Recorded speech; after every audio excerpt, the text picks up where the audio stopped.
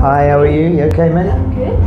So last time we spoke was in May, and you were telling us you've been working on the new album. How's that coming along? Great, we're just about finished. So we're we're waiting for some mixes back, and then it should be finished in the next kind of month. So then it'll come out next year, and off we go. Another year of touring, you know.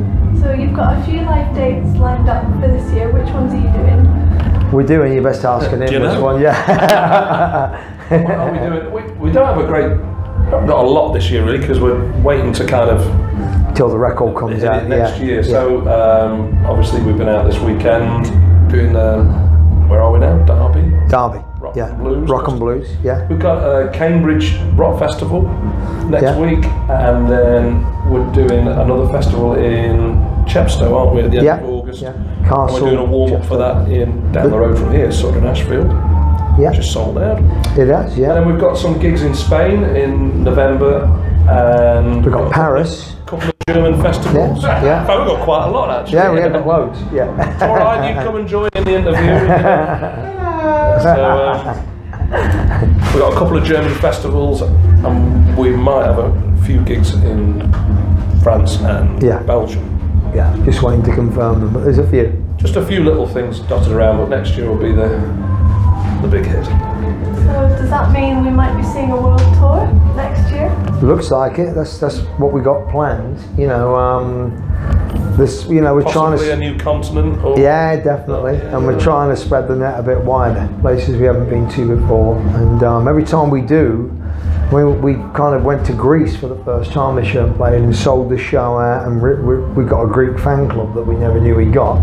You know, there's only 4 people in it. Yeah, and the gig was at 10 capacity. You know, but no, that was a great show, and so we keep finding these places that we never went to before, and when we go there, it's like manic. I mean, that was probably one of the most mad gigs we've ever done. Crazy, wasn't it? The Greek gig in Athens. It was just like started being in the Beatles. They just went mad. What didn't they?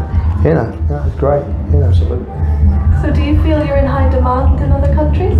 Looks like it. Yeah, we didn't, but looks like we are. You know, so it's kind of been funny that there's a lot of countries the band didn't go to the first time round. Places like Spain and Portugal and Greece. Italy as well. Great, you know. So it's all a new thing, and we discovered that the band actually had a following back in the day, and the agents and the labels never sent the band there. Label just sent us on the same tours. First time we went to Portugal, they picked us up from the airport, and we got in the bus, and Let Love Be the Leader came on the radio. We said, "Oh, is this on CD?" And they said, "Oh no, this is the radio. This is the radio." This is the big station, yeah. You know. What, they're playing FM on the radio. Oh yeah. Why are they playing this song?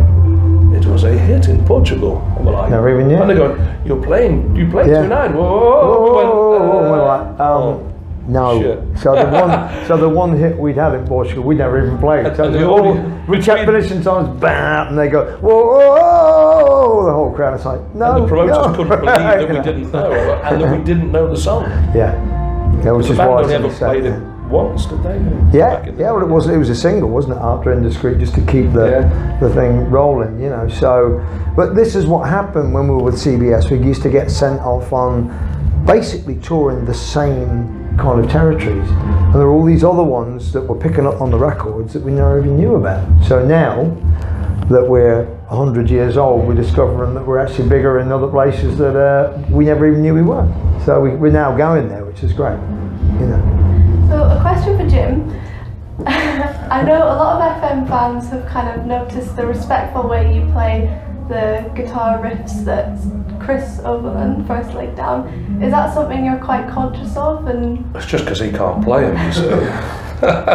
Yeah, totally, yeah. I think so. I always think Chris's guitar solos are a bit like All Right Now by Free, that you kind of have to play them as they are on the record. They're so melodic that it's part of the tune, and I was possibly aware that other people like to play their own versions of it, and it maybe didn't go down quite as well.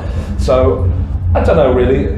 I'm not here to reinvent the wheel or anything. I think just play those songs like they're meant to be played, and that's how I'd want to hear it. I think it's how the fans want to hear it.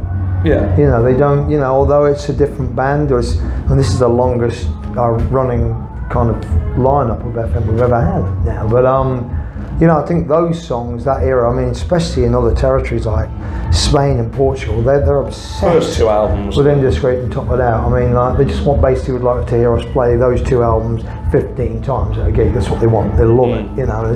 So they know every note. Before I've done the ad-libs at the start of the songs, they've already sung them before me, and it's like, they just know them so well, you know.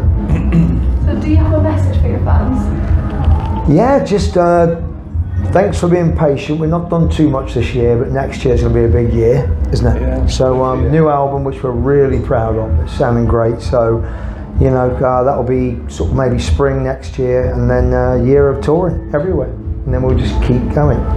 Well, thank you so much for chatting. Okay. Thank you. Make sure you check out FM and come back to Denim and Weather for more. Bye. See you, bye.